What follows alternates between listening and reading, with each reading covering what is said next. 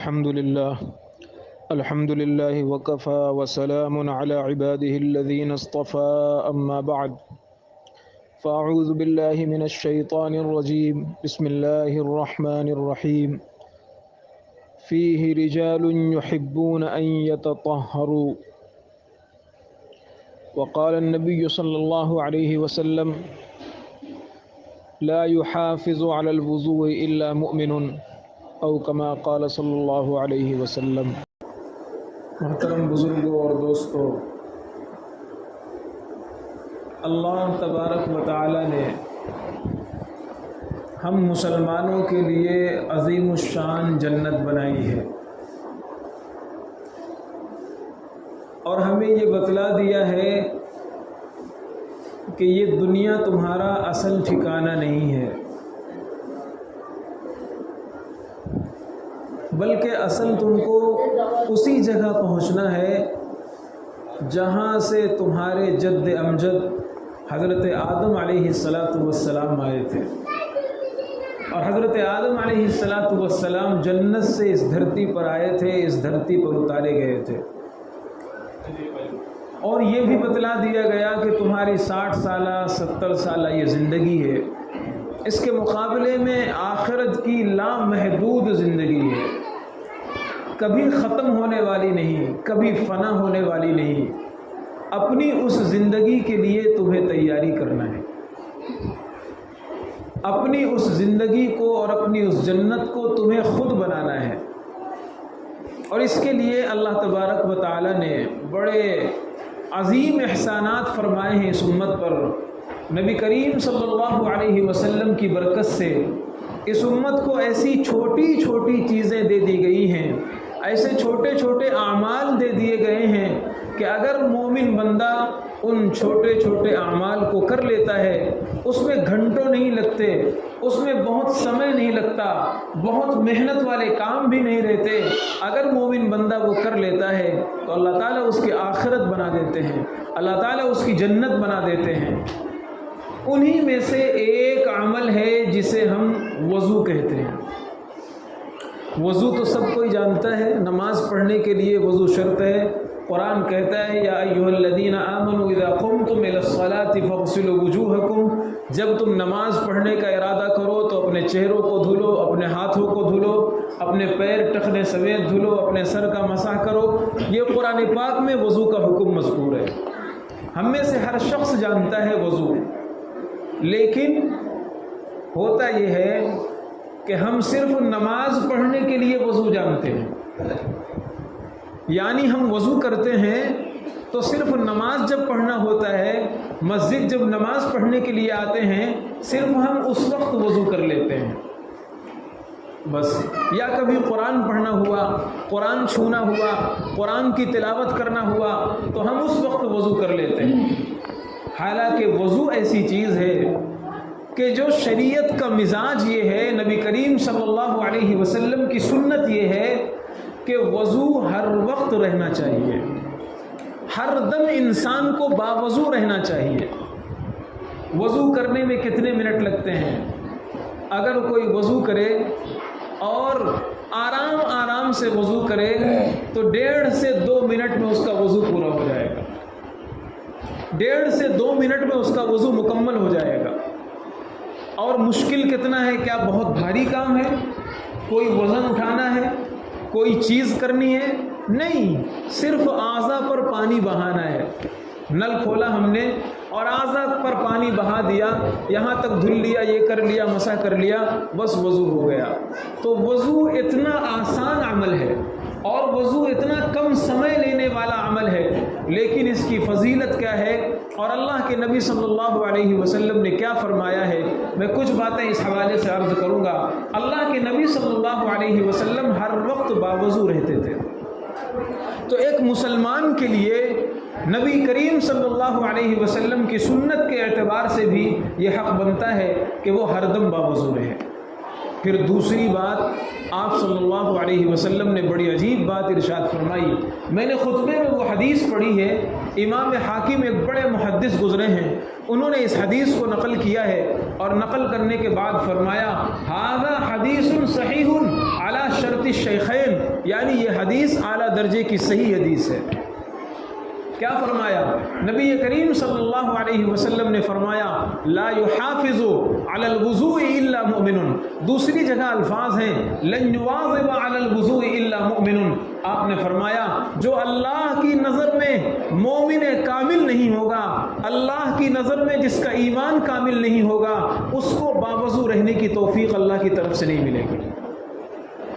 یعنی ہمیشہ باوضو وہی بندہ رہے گا، اکثر باوضو وہی بندہ رہے گا جو اللہ کی نظر میں مومن کامل ہوگا، اللہ کی نظر میں جس کا ایمان مکمل ہوگا، اللہ اسے ہی توفیق دے گا ہمیشہ باوضو رہنے کی.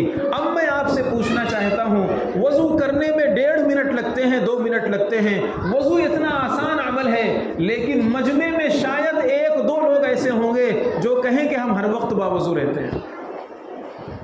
اتنا آسان عمل بھی ہم سے نہیں ہو پا رہا ہے، اور اس کی وجہ حدیث میں بیان کر دی گئی. ہمیں اپنے ایمان کا گریڈ چیک کرنا چاہیے، ہمیں اپنے ایمان کو ٹٹولنا چاہیے، کیونکہ اللہ کے پیغمبر کی حدیث غلط نہیں ہو سکتی. اللہ کے پیغمبر نے صاف صاف اعلان فرما دیا خدا کی نظر میں جس کا ایمان کامل ہوگا اللہ اسے ہی باوضو رہنے کی توفیق دے گا. اس لیے وضو اتنا آسان عمل ہے لیکن پھر بھی ہم سے نہیں ہو پاتا ہے. ہم جب نماز پڑھنے کے لیے آتے ہیں وضو کر لیتے ہیں اور نماز پڑھ کر جیسے ہی مسجد سے نکلتے ہیں ہم وضو توڑ دیتے ہیں، وضو ہمارا ٹوٹ جاتا ہے، لیکن پھر ہمیں توفیق نہیں ہوتی کہ ہم دوبارہ وضو کر لیں. اب جب نماز کا دوسرا وقت آئے گا یا کبھی نماز پڑھنا ہوگا، کبھی قرآن پڑھنا ہوگا، تب جا کر کے ہم وضو کریں گے. یہ مسلمانوں کا طریقہ نہیں ہے. مسلمان ناپاک نہیں رہتا، مسلمان بے وضو نہیں رہتا ہے. بہت سی مرتبہ ایسا ہوتا ہے نوجوان دعوت و تبلیغ میں جب گشت کے لیے نکلتے ہیں اور کسی نوجوان سے کہتے ہیں کہ چلو اللہ کے راستے میں اللہ کے دین کی بات مسجد میں ہو رہی ہے، مسجد میں چلتے ہیں، تو وہ کہتا ہے میں مسجد نہیں آ سکتا.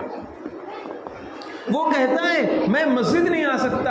ایک مسلمان کی زبان سے یہ جملہ نکلتا ہے نہیں میں ناپاکی کی حالت میں ہوں، میں ناپاک ہوں، میں مسجد داخل نہیں ہو سکتا، میں مسجد گھس نہیں سکتا. مشکات کی ایک روایت ہے اللہ کے نبی صلی اللہ علیہ وسلم نے فرمایا جو ناپاک ہو جائے اور ناپاکی کی وجہ سے اس کی نماز چھوٹ جائے اللہ کی لعنت اس پر برستی رہتی ہے. جو ناپاک ہو اور ناپاکی کی وجہ سے اس کی نماز چھوٹ جائے، چاہے فجر کی نماز ہو، چاہے ظہر کی نماز ہو، چاہے جو بھی نماز ہو، اللہ کی لعنت اس پر برستی رہتی ہے. بندے مومن کو صاف ستھرا ہونا چاہیے، پاک صاف ہونا چاہیے. جس وقت اس کی روح پرواز ہو سکتی ہے، کسی وقت بھی اس کی روح نکالنے کے لیے فرشتہ آ سکتا ہے. جس وقت بھی فرشتہ آئے وہ صاف ستھرا رہے، پاک باز رہے. ناپاکی سے انسان کو بہت زیادہ بچنا چاہیے. بہت سے نوجوان پیشاب کی چھینٹوں سے احتیاط نہیں کرتے. بہت سے نوجوان کھڑے کھڑے پیشاب کر لیتے ہیں. جب کھڑے کھڑے پیشاب کرتے ہیں اور پریشانی کیوں ہے؟ اس لیے کہ ٹائٹ جینز پہنے ہوئے ہیں. اتنا ٹائٹ جینز پہن لیا ہے جس کی وجہ سے ان کے لیے پیشاب میں بیٹھنا مشکل ہے. اگر پیشاب میں بیٹھتے ہیں جینز ناپاک ہوگی، کپڑے ناپاک ہوں گے. مجبوراً ان کو کھڑے کھڑے پیشاب کرنے کی عادت ہو رہی ہے. جب وہ کھڑے کھڑے پیشاب کرتے ہیں چھینٹیں اڑتی ہیں، چھینٹیں اڑ کر کے کپڑوں پر لگتی ہیں. اللہ کے پیغمبر نے صاف صاف حدیث میں ارشاد فرمایا استنزہوا من البول فإن عامۃ عذاب القبر منہ. اے لوگوں پیشاب کی چھینٹوں سے بچنا. اکثر عذاب قبر میں نے پیشاب کی چھینٹوں سے ہوتے دیکھا ہے. قبر کا جو عذاب ہوتا ہے وہ عذاب قبر اکثر و بیشتر جو پیشاب کی چھینٹوں سے پرہیز نہیں کرتا، پاکی ناپاکی کا خیال نہیں رکھتا، احتیاط نہیں کرتا، اکثر عذاب قبر اس کی وجہ سے ہوتا ہے.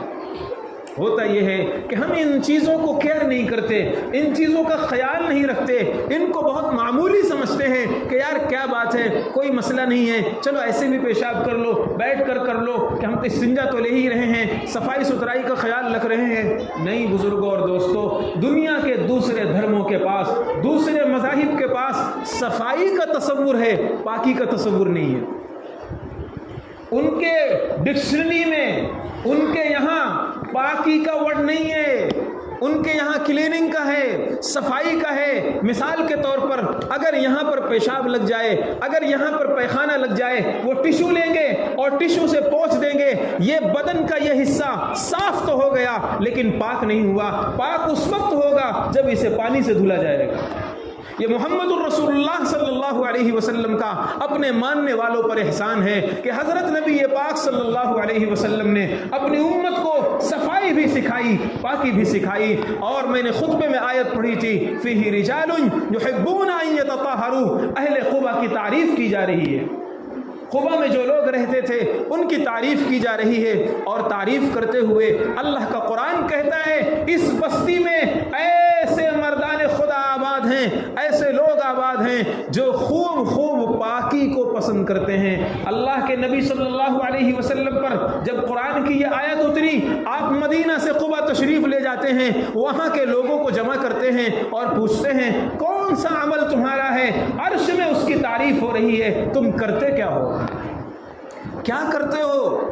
تمہاری تعریف خدا کر رہا ہے۔ ان لوگوں نے کہا یا رسول اللہ ہمارا کوئی خاص عمل ایسا نہیں ہے، البتہ ہم یہ کرتے ہیں کہ پہلے ڈھیلا استعمال کرتے ہیں استنجا کرنے میں، اور پھر اس کے بعد پانی بھی استعمال کرتے ہیں۔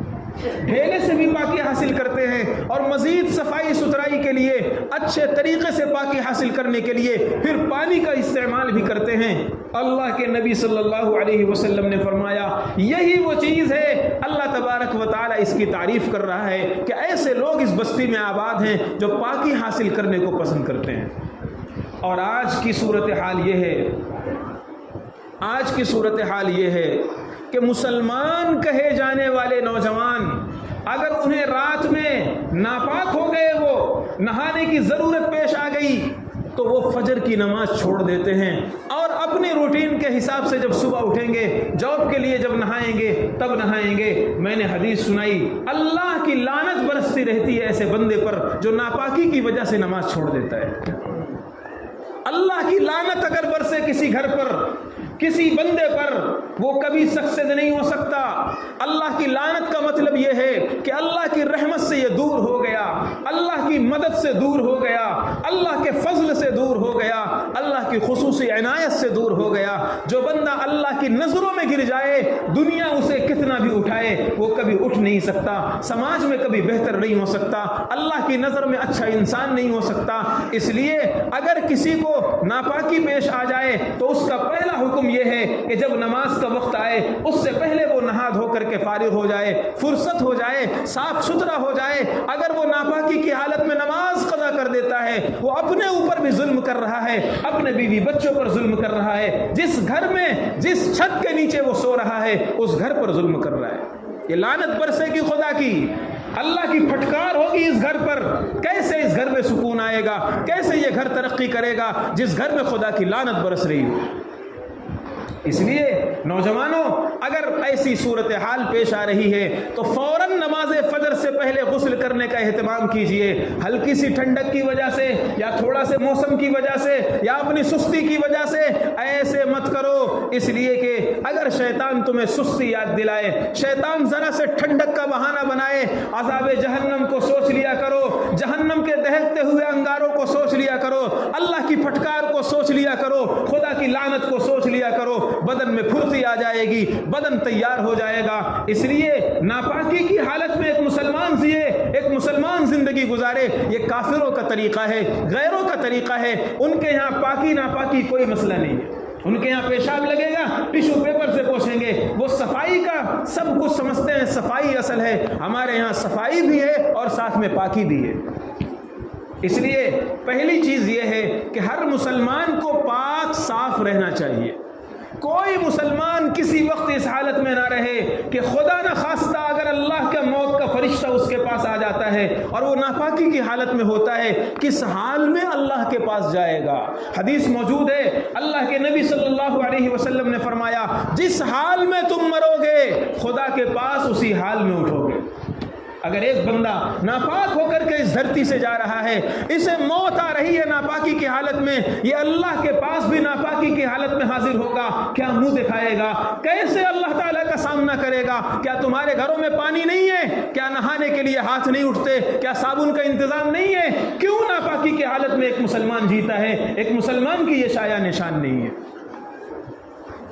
اس لیے سب سے پہلے یہ چیز طے کیجئے، خاص طور پر نوجوانوں سے میں کہتا ہوں کہ سب سے پہلے یہ چیز طے کیجئے کہ ناپاکی کی حالت میں زندگی نہیں گزاریں گے، پاک صاف ہو کر کے مریں گے، پاک صاف ہو کر کے جیئیں گے، پاک صاف ہو کر کے رہیں گے۔ اور دوسری چیز میں عرض کر رہا ہوں وہ یہ ہے کہ پیشاب کی چھینٹوں سے بہت زیادہ بچنے کا اہتمام کرنا چاہیے۔ پیشاب سے ہوتا یہ ہے کہ گھروں میں بچے ہوتے ہیں، چھوٹے چھوٹے بچے ہوتے ہیں، اور چھوٹے بچوں کے پیشاب کے بارے میں ایک غلط فہمی یہ بیٹھی ہوئی ہے کہ بچہ جب تک دودھ پیتا ہے اس کا پیشاب ناپاک نہیں ہے۔ یہ کس مفتی نے فتویٰ دے دیا بھائی؟ یہ گھر کی عورتیں جو مفتی ہیں انہوں نے فتویٰ دیا ہوگا، یہ گھر کی عورتوں نے مسئلہ بتایا ہوگا۔ غلط مسئلہ ہے۔ بچہ چاہے جتنا چھوٹا ہو، ایک دن کا پیدا شدہ بچہ ہو، اس کا پیشاب بھی ناپاک ہے اور اس کا پیخانہ بھی ناپاک ہے۔ اگر وہ کپڑوں میں لگ جائے، اگر وہ بدن پر لگ جائے، اگر وہ بستر پر لگ جائے، اگر وہ کسی جگہ پر لگ جائے، وہ جگہ ناپاک ہو جاتی ہے، وہ چیز ناپاک ہو جاتی ہے۔ لیکن ہوتا یہ ہے کہ بچہ مثال کے طور پر ڈائپر پہنا ہوا ہے، اس کی ڈائپر لیکیج ہو رہی ہے، پیشاب سے بھری ہوئی ہے، اور باپ اسے گود میں اٹھاتا ہے، ماں اسے گود میں اٹھاتی ہے، اس کا وہ پیشاب اس کے کپڑوں پر بھی لگ جاتا ہے، اور باپ کو بھی خیال نہیں، ماں کو بھی خیال نہیں، یہ ناپاک ہو گیا، لیکن اسے احساس نہیں کہ میں ناپاک ہو گیا۔ اسی طرح چھوٹے بچے پیشاب کر دیتے ہیں، اس جگہ کو دھل لینا چاہیے، کپڑے پر لگ جائے اس جگہ کو دھل لینا چاہیے، اس لیے کہ پاکی ناپاکی کا مسئلہ بڑا اہم ہے۔ اللہ کے نبی صلی اللہ علیہ وسلم کی حدیث میں نے آپ کو سنائی، اللہ کے پیغمبر نے فرمایا مسلمانوں بہت زیادہ پیشاب کی چھینٹوں سے بچا کرو، پیشاب سے بہت زیادہ بچا کرو۔ عذاب قبر، اکثر عذاب قبر پیشاب سے نہ بچنے کی وجہ سے ہوتا ہے۔ یہ میں اپنے گھر سے نہیں بتا رہا، یہ نبی پاک صلی اللہ علیہ وسلم کی حدیث آپ کو سنا رہا ہوں۔ اس لیے دو چیزیں میں نے آپ کو بتائی کہ ایک تو یہ کہ ناپاکی کی حالت اگر کسی انسان کو پیش آ جائے تو اسے غسل کر لینا چاہیے۔ ناپاک پڑے رہنا اور گھنٹوں گھنٹوں ناپاک رہنا اور اسی حالت میں رہنا، یہ ایک مسلمان کا طریقہ نہیں ہے۔ فقہا نے یہاں تک لکھا ہے اگر کسی کو ناپاکی پیش آ جائے، کوئی ناپاک ہو جائے اور اس حالت میں اسے کھانا پڑے تو اسے پہلے وضو کرنا چاہیے، پھر کھانا کھانا چاہیے۔ اس حالت میں اگر اسے کہیں باہر جانا پڑے، دکان سے سودا سلف لانے کے لیے جانا پڑے، کوئی اور کام کرنا پڑے، تو پہلے اسے وضو کرنا چاہیے، بعد میں وہ کام کرنا چاہیے۔ لیکن ہمارے نوجوانوں کے لیے سب برابر ہے، ہمارے لیے سب برابر ہو گیا ہے، کوئی فرق نہیں پڑتا ہے۔ اس لیے مسلمانوں، بزرگوں اور دوستوں، پہلی بات تو یہ ہے کہ اپنے آپ کو ناپاکی سے بچائیے۔ ناپاکی ہو گئی ہے فوراً غسل کر لیجئے۔ کوئی نماز ناپاکی کی وجہ سے اگر قضا ہوتی ہے، اللہ کے فرشتے اور اللہ کی لعنت اس پر برستی رہتی ہے۔ میں نے حدیث پاک آپ حضرات کو سنائی۔ اور ایک چیز اور بتا رہا ہوں، وہ یہ ہے کہ ہر دم باوضو رہنے کا اہتمام کیجیے، ہر وقت باوضو رہیے۔ نماز کے لیے ہم آتے ہیں، نماز پڑھنے میں ہم نے وضو کر لیا، ٹھیک ہے، نماز پڑھتے وقت ہم باوضو ہیں۔ باہر جب ہم نکلے، گھر پر ہیں، کہیں اور ہیں، اگر ہمارا وضو ٹوٹ گیا اور ہمیں وضو کرنے کا موقع مل رہا ہے آسانی کے ساتھ، گھر پر ہم ہیں، ہمیں فوراً وضو کر لینا چاہیے۔ اللہ کے پیغمبر صلی اللہ علیہ وسلم نے صاف صاف ارشاد فرما دیا ہے۔ حضرت انس رضی اللہ تعالی عنہ کو ایک موقع پر آپ نے بلایا اور فرمایا یا بنیا ان استطعت، اے میرے پیارے بیٹے، اگر تو رات اور دن کو باوضو ہونے کے حالت میں گزار سکتا ہے ففعل، تو ایسا ضرور کر لیا کر۔ اگر تو رات میں بھی باوضو رہے، یعنی جب بندہ سونے کے لیے جاتا ہے اور سونے کے لیے جائے تو سونے کے لیے جانے سے پہلے اسے وضو کرنا چاہیے۔ نبی پاک صلی اللہ علیہ وسلم کی سنت ہے۔ آج بہت سے لوگ پوچھتے ہیں مفتی صاحب بہت ڈراؤنے سپنے آتے ہیں، مفتی صاحب ایسا خواب آتا ہے کوئی میرا گلا کاٹ دیا، کوئی میرا پیر پکڑ کر مجھے زور زور گھما رہا ہے، ہواؤں میں مجھے اچھال رہا ہے، کہیں میں سمندروں میں کود رہا ہوں، کہیں میں آگ میں جل رہا ہوں۔ ارے بھائی وضو کر لیا کرو، اللہ کے نبی صلی اللہ علیہ وسلم کی حدیث آپ کو سنا رہا ہوں، صحیح حدیث ہے۔ اللہ کے پیغمبر صلی اللہ علیہ وسلم نے فرمایا، بندہ مومن جب بستر پر آتا ہے اور وضو کر کے آتا ہے اور اگر رات میں اس کا انتقال ہو جاتا ہے، خدا اسے قیامت میں شہیدوں کا مقام عطا کرے گا۔ کتنا چھوٹا عمل ہے، کتنی بڑی فضیلت ہے، وضو کرنے میں کتنا مشکل پیش آتی ہے۔ رات میں جب جاؤ، اللہ کے نبی صلی اللہ علیہ وسلم جب رات میں سونے کے لیے جا رہے ہیں، پہلے مسواک کرتے تھے۔ اللہ کے نبی مسواک کر رہے ہیں، وضو کر رہے ہیں، سرما لگا رہے ہیں، کنگھی کر رہے ہیں، بالوں میں تیل لگا رہے ہیں۔ اللہ اکبر! یہ اللہ کے نبی صلی اللہ علیہ وسلم کسی فنکشن میں نہیں جا رہے ہیں، کسی پارٹی میں نہیں جا رہے ہیں، یہ بستر پر آپ جا رہے ہیں، سونے کے لیے جا رہے ہیں۔ اور ہماری لائف سٹائل بالکل چینج ہو گئی، ہمارا طور طریقہ بالکل بدل گیا۔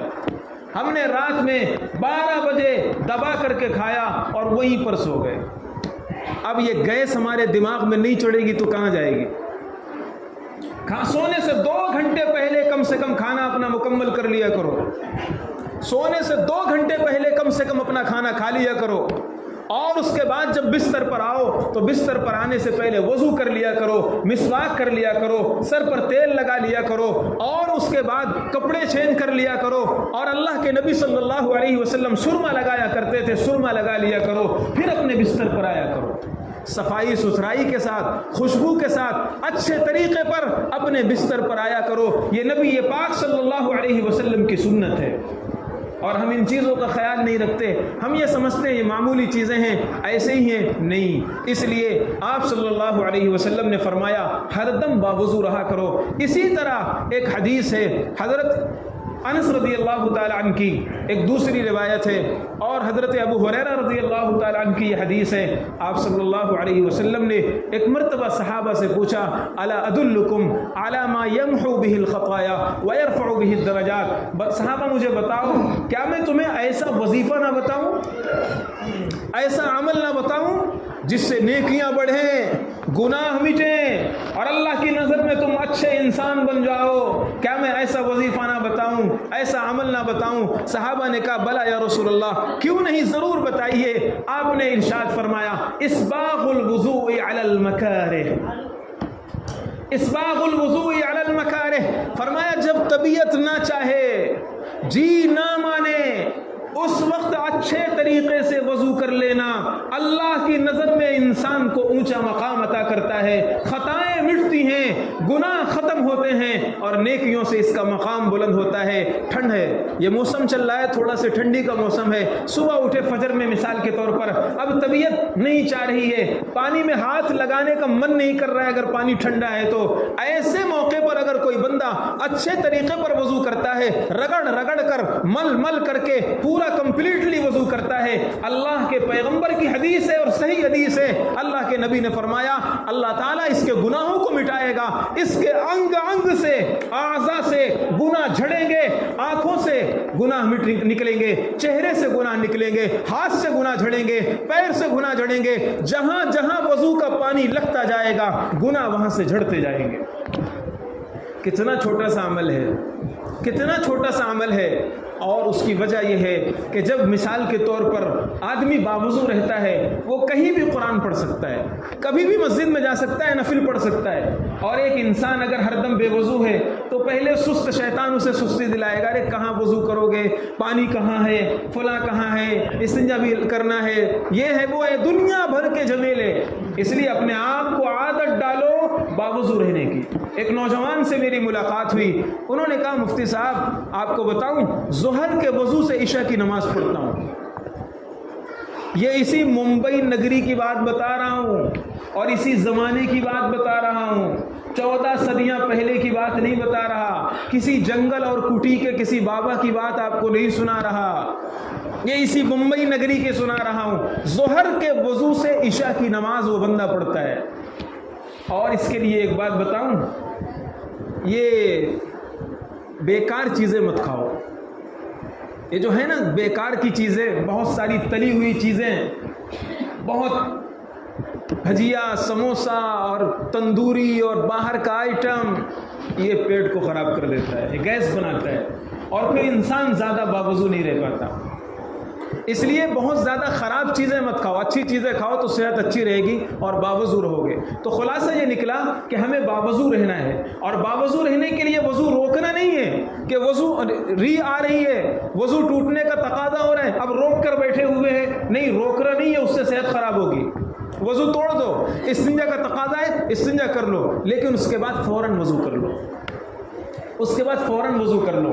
اور آج سے اگر ہم طے کرتے ہیں، اگر مان لیجیے ہم 2 گھنٹے سے شروع کریں، 3 گھنٹے 4 گھنٹے 5 گھنٹے، اس طرح ہم دھیرے دھیرے بڑھاتے رہیں، اللہ تعالیٰ کی توفیق بھی شامل حال ہوگی اور ہمیں مفت کا ثواب بھی ملتا رہے گا، ہماری نیکیاں بڑھتی رہیں گی۔ اور اللہ کے نبی صلی اللہ علیہ وسلم نے ایک بات اور فرمائی، احسن الوضوء یزد فی عمر، یزد کا فی عمر کا یا یزید اللہ فی عمر کا، اس طرح کے الفاظ ہیں۔ اگر تم اچھے طریقے سے وضو کرو گے اللہ تمہاری عمر بڑھا دے گا۔